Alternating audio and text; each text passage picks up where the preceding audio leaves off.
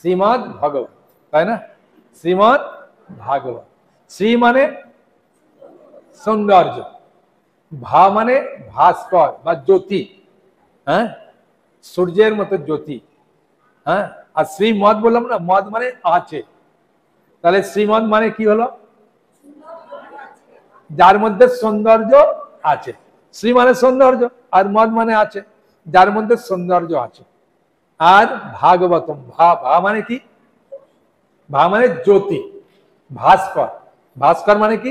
সূর্য, হ্যাঁ, সূর্যের মতো উজ্জ্বল এই ভাগবত, ঠিক আছে?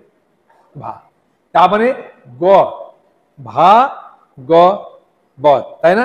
গ মানে কি? গ মানে গতি। সবসময় ভাগবত কখনো নিম্ন দিকে নিয়ে যাবে না, সবসময় ঊর্ধ্ব গতি আপনাকে দান করবে। যেমন সাধু সঙ্গের মাধ্যমে কি হলো, সবসময় ঊর্ধ্ব দিকে নিয়ে যাচ্ছে, সেরকম ভাগবত সবসময় আপনাকে পারমার্থিক দিকে উন্নতি করবে, মঙ্গল করবে, বুঝেছেন? ভাগবত।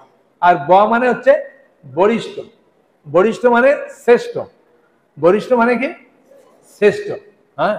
তাহলে ভাগবত, ত, ত মানে কি? ত মানে তরণী, তরণী মানে নৌকা স্বরূপ। আপনাকে ভবসাগর পার করতে এই নৌকা স্বরূপ আপনাকে নিয়ে চলে যাবে ভাগবত। ভাগবতের বহু জায়গায় বহু রকম অর্থ আছে, এই একটা অর্থ হলো।